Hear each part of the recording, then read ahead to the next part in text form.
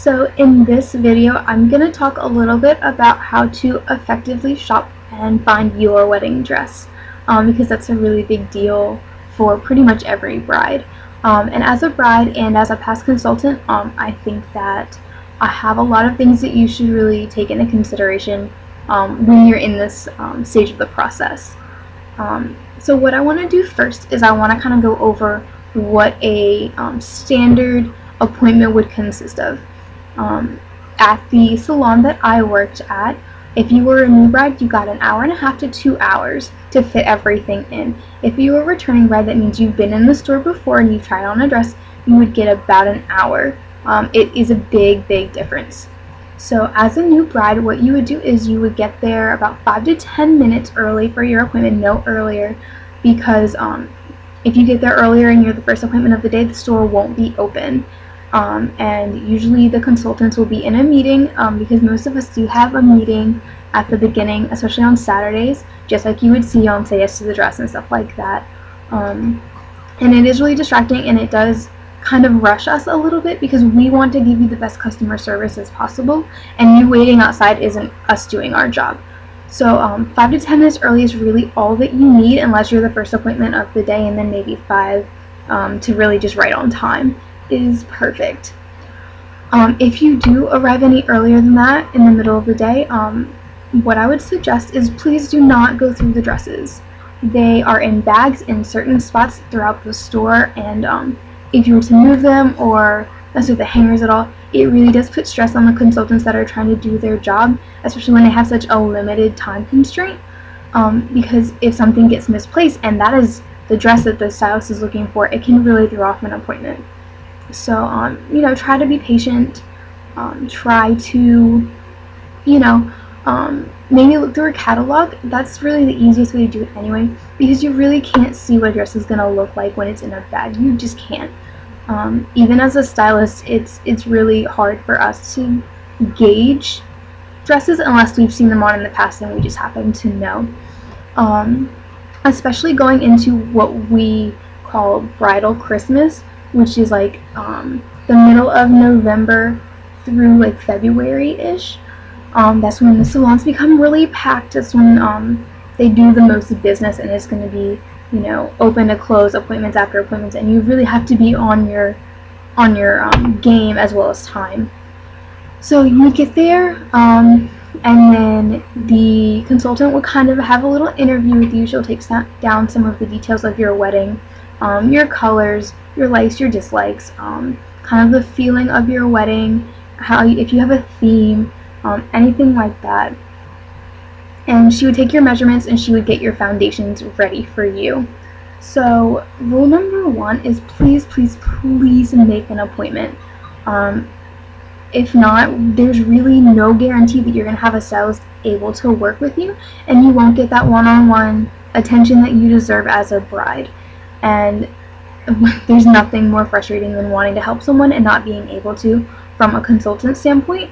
And then as a bride going in there and knowing, oh my gosh, there's a dress that I really want to try on, today's the perfect day, and then there's no one there to help you. And if there is,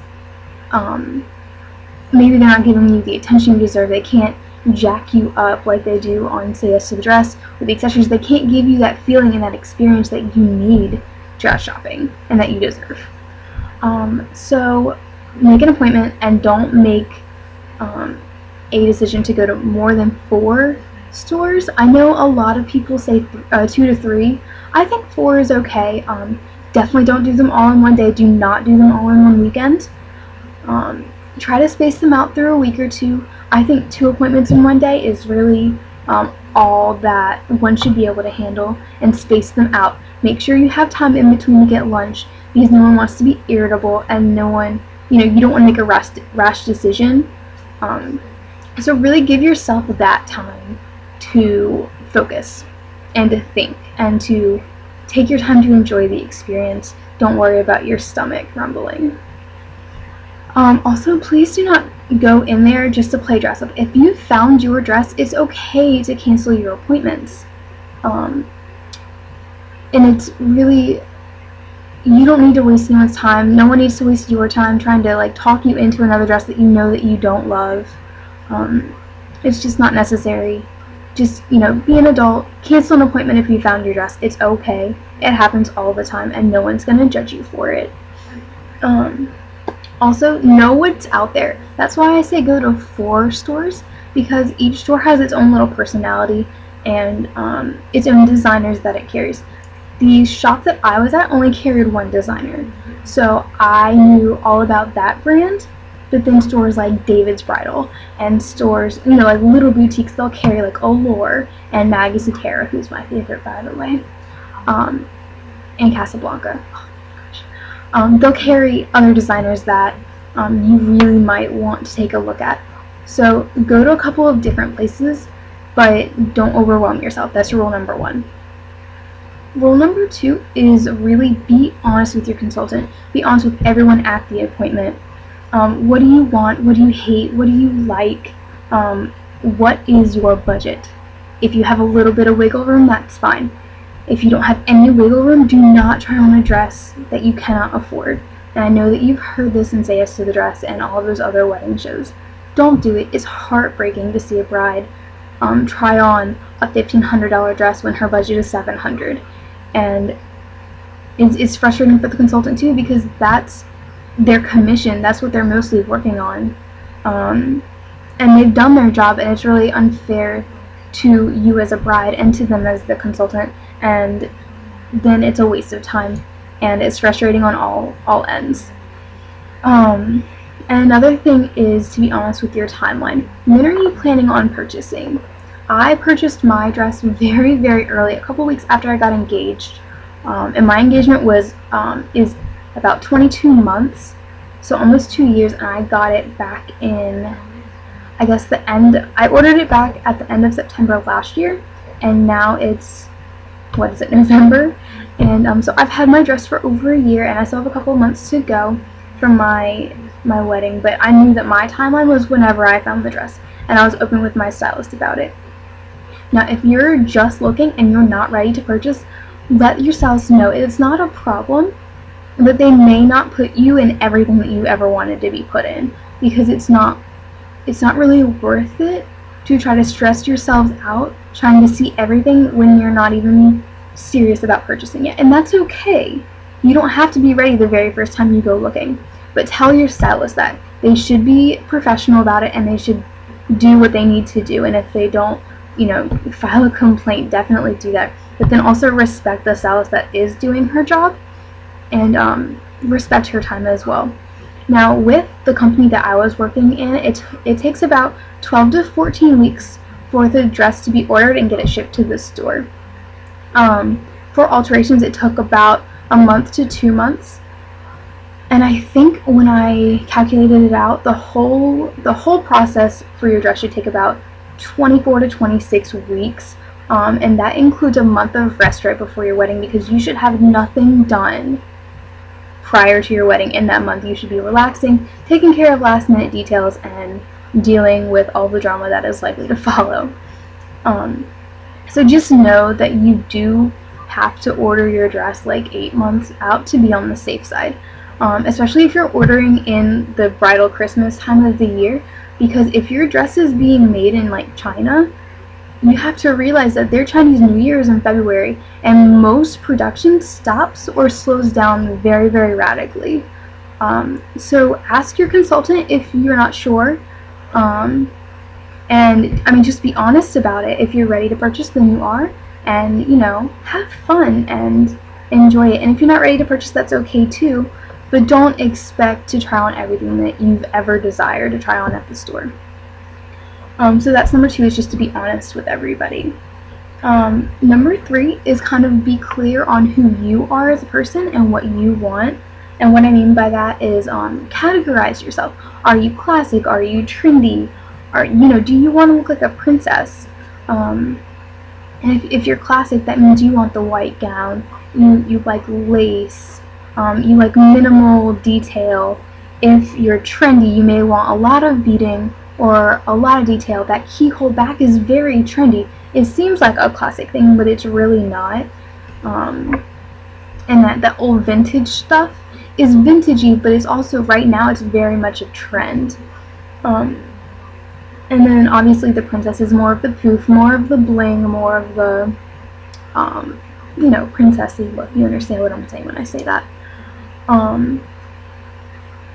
And also, bring pictures so that the stylist kind of knows where to go. If you found a dress in another store that you really, really like, but it's still not the one, or if you're not sure it's the one, show that stylist the picture of the dress. That way she's not starting from zero, and you're not starting from zero with that stylist, and if she has something similar, she can put you in that, and you can work from there. If you've never, ever tried a dress on and you are just completely clueless, have no idea where to start, tell your stylist that too, because what she should do is when she gets your measurements and she puts you in your foundation pieces, she'll bring you like one of every silhouette. So like your sheath, your fit and flare, your A-line, your mermaid, your princess, and then your ball gown. And yes, princess and ball gown are a little bit different. Not that you need to know that, but your stylist definitely should. Because there is a lot to know about what you want going in, and pictures might help you describe it even if you don't have the words or necessarily the technical details to tell her. Rule number 4 is think about every single detail of your wedding. Be prepared when you go to that appointment to be able to share what you're looking for and what you're not looking for. For example, when I was a consultant, I asked them, I was like, okay, so give me 5 adjectives to describe your wedding or a feeling for your wedding. And brides sit there and they stare at me and they've never been asked that. And to me, that is such an important and crucial detail for a bridal stylist to know, because you want the dress to fit what the bride's looking for. So for me, for my wedding, I want it very classic, very romantic. I'm doing a lot of lace, a lot of pearls, candelabras, grays. I'm doing gray and like soft purples. And so my 3 to 5 adjectives would be classic, flowy maybe. I want to be comfortable, and not very formal because we're not having a huge wedding. And I'm just not a formal person. I don't dress up very often, and my fiance doesn't really do a whole lot of that either. And my colors are not necessarily very formal, and neither is my venue. And I'll do a little bit more on venues a little bit later. So also think about, how do you want your hair to look? How do you want your jewelry to look? What kind of shoes are you planning on wearing? Because that can really dictate the formality of your dress. So for example, I'm trying to grow my hair out, as most brides are, and I'm thinking about like a low side ponytail, some curls, something very, very soft and romantic. And I let my stylist know that, and I want to wear pearls. My mother gave me a beautiful set for my birthday a couple of years ago that I'm really looking forward to wearing. And I'm wearing T-strap flower sandals in a color. It's like a dusty rose. It's really pretty. But none of that screams formal. So therefore my dress the dress that are pulled should not be formal. But the fact that I'm going kind of non-traditional with the candelabras instead of flowers as my centerpieces, she should know that I don't want something that's very everyday. I want something that's very classic looking with a unique touch. So she should be able to pick up on that if you get her those details. And also keep your venue in mind. I mentioned earlier that my venue isn't very formal. We're getting married at a country club, and it's not like a huge ballroom or anything. It's kind of close and intimate. There's a little, the 18th hole or whatever is in the back, and we have a little balcony and a patio area. And I'm preparing myself because I really want to have fun pictures. I don't want to be super formal or super posed in my pictures.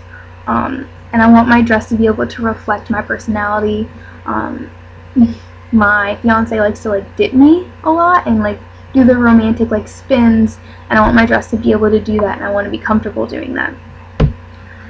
So that's rule number 4, is just to think about your details. Flipping on my notes.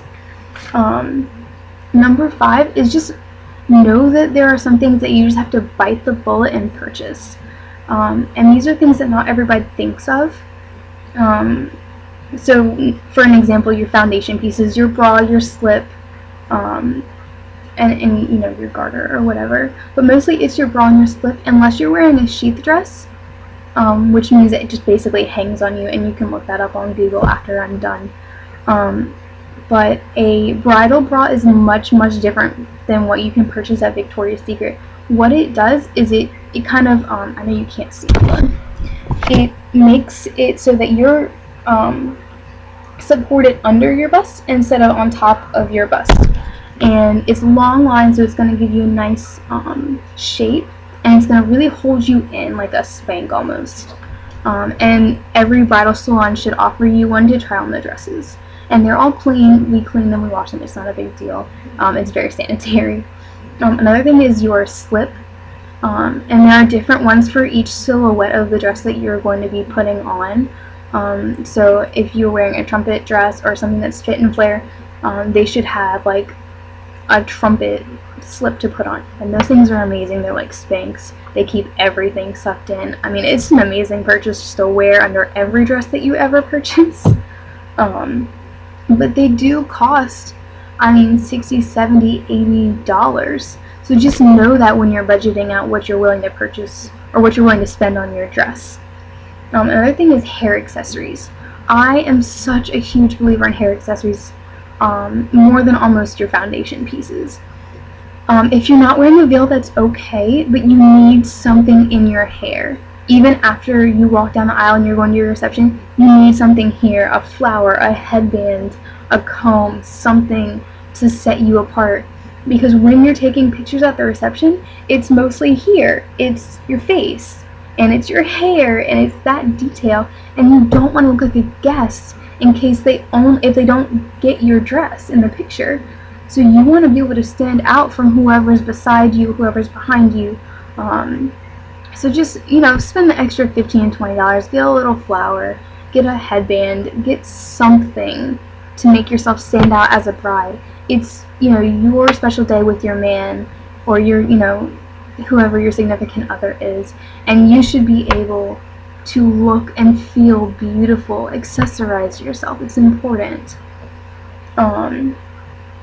Also, your preservation kit. Please don't neglect your dress after your wedding. You've spent so much money on this garment that it needs to be preserved, or it should be, you know, sold or given to a consignment shop. Preservation kits, I know the cheapest that I've seen as at the salon that I worked at was $120, or if you were a bride there, you got a discount on that.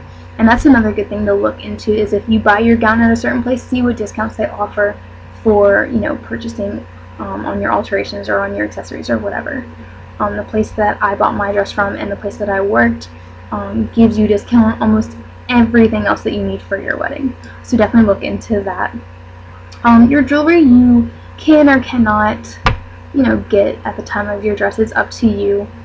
But if you love it, get it. Why not? Alterations. You need all the things that I've said that you need to bite the bullet and purchase before your alterations, including your shoes. You need to get your shoes before your alterations. And alterations with the store that I was at ran about $300, and your stylist should ask you what your budget is for alterations and if it's included in the budget for the dress. And just alterations are later. Do them 2 to 3 months before your wedding and you should be fine. But just know that that's something you need to do. You cannot go to your wedding without having your dress altered. It's not made customized for you, for most of you ladies. And now I want to do a little bit about how you know it's your dress, because I get that question a lot. And I know we're running almost at 20 minutes, so I'll try to keep this short. A lot of people are really caught up in the whole, am I going to cry? Am I going to have that feeling that it's my dress? Am I going to be able to picture myself going down the aisle? Now, of course, it would be ideal if you did all those things. But as a personal story, I cried at a dress at a store, and I thought I was in love with it. It was a beautiful Maggie Sottero dress. And since she was my favorite, designer, I was in love with the whole idea that I loved it, and I picked it out, and I didn't even know it was her dress until I put it on, and just fell in love with it. But it was a fake cry, like it was a false alarm, and it ended up not being my dress. So really don't stress yourself on that. It's not a big deal if you don't cry or if you don't get that feeling. There are other things that you can do to make sure it's your dress. So one of the things that I asked my brides when I had them is, do you feel beautiful in the dress? And now if they answered yes, then I follow up with, now, are you looking at the dress? Are you saying that the dress is beautiful, or are you saying that you are beautiful and that you feel beautiful?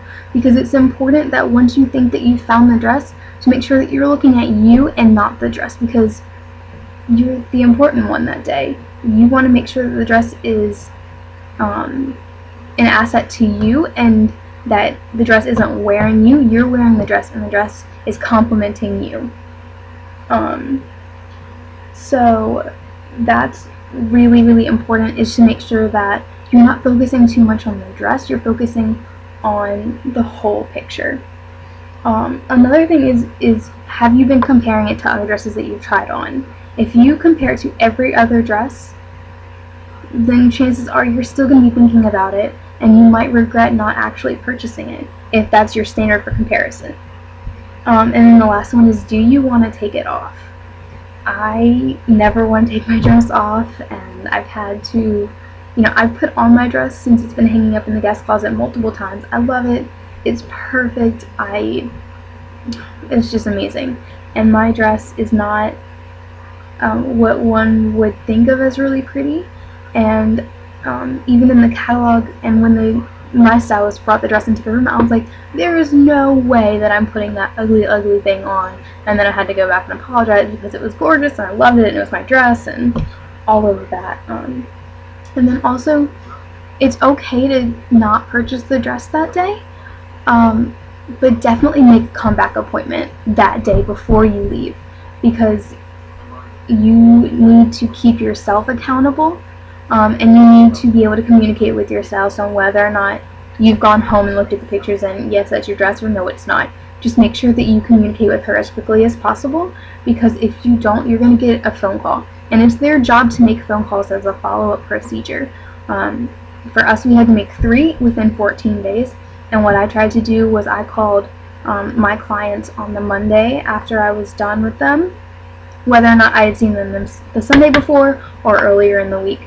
And then I tried to call them a little bit later in the week, and then I waited a week after that into my second 7 days to make my third call.